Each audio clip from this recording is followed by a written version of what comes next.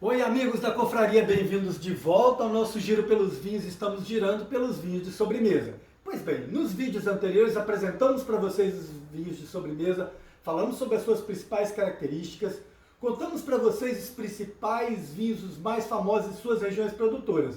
Mas, para que a sua experiência seja a melhor possível, seja completa na hora de degustar, nós preparamos uma aula prática sobre o serviço de vinho de sobremesa. São 5 dicas exclusivas que o Viva a Vida Brindando traz para você que nos acompanha. Você sabe que aqui é conteúdo e conteúdo prático para você. Então vamos lá. Dica número 1, temperatura do vinho. Vinhos de sobremesa, como o próprio nome diz, são muito doces.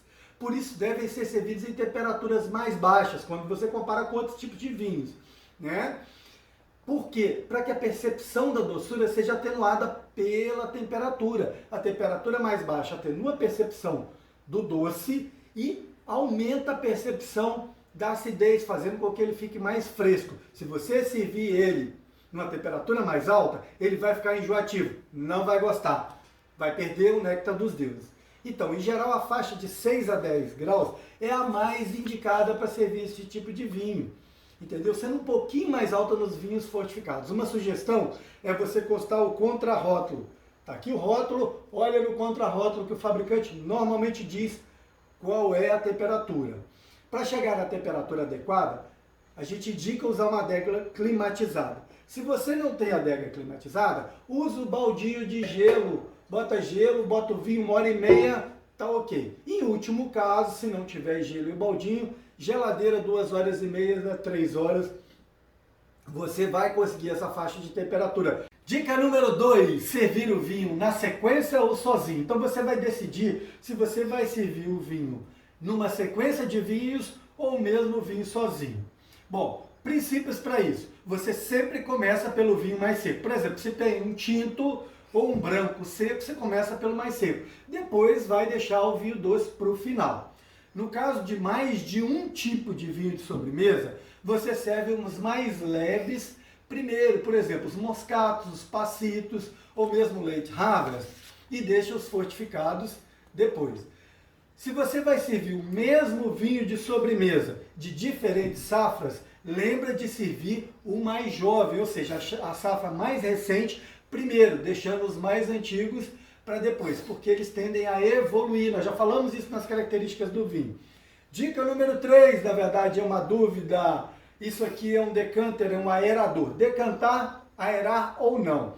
Mesmo para vinhos antigos, de 30, 40 anos, normalmente você não precisa decantar nem aerar. Vinhos de sobremesa possuem aromas delicados, via de regra não necessitam desse passo. Além de não ser necessário, o vinho pode se aquecer, elevar a temperatura. E como dissemos, ele sai da faixa ideal de temperatura, a doçura sobressai e ele fica enjoativo. Portanto, não precisa usar.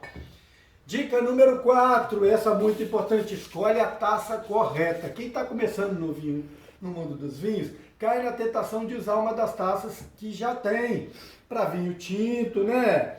Para vinho branco ou mesmo para espumante. Lembrem-se, o mais indicado é usar uma taça específica. Quais são as características dessa taça? Ó, taça de vinho de sobremesa, no caso essa de vinho fortificado. Ela tem um bojo menor, porque os vinhos sobremesa fortificados são consumidos em menor quantidade aos vinhos secos. É mais estreita na parte superior para concentrar os aromas e para entregar a bebida bem na ponta da língua, a região que está preparada para perceber a doçura dos vinhos doces. Mas você não precisa investir numa taça como essa para vinho doce, e existe a taça para vinho fortificado.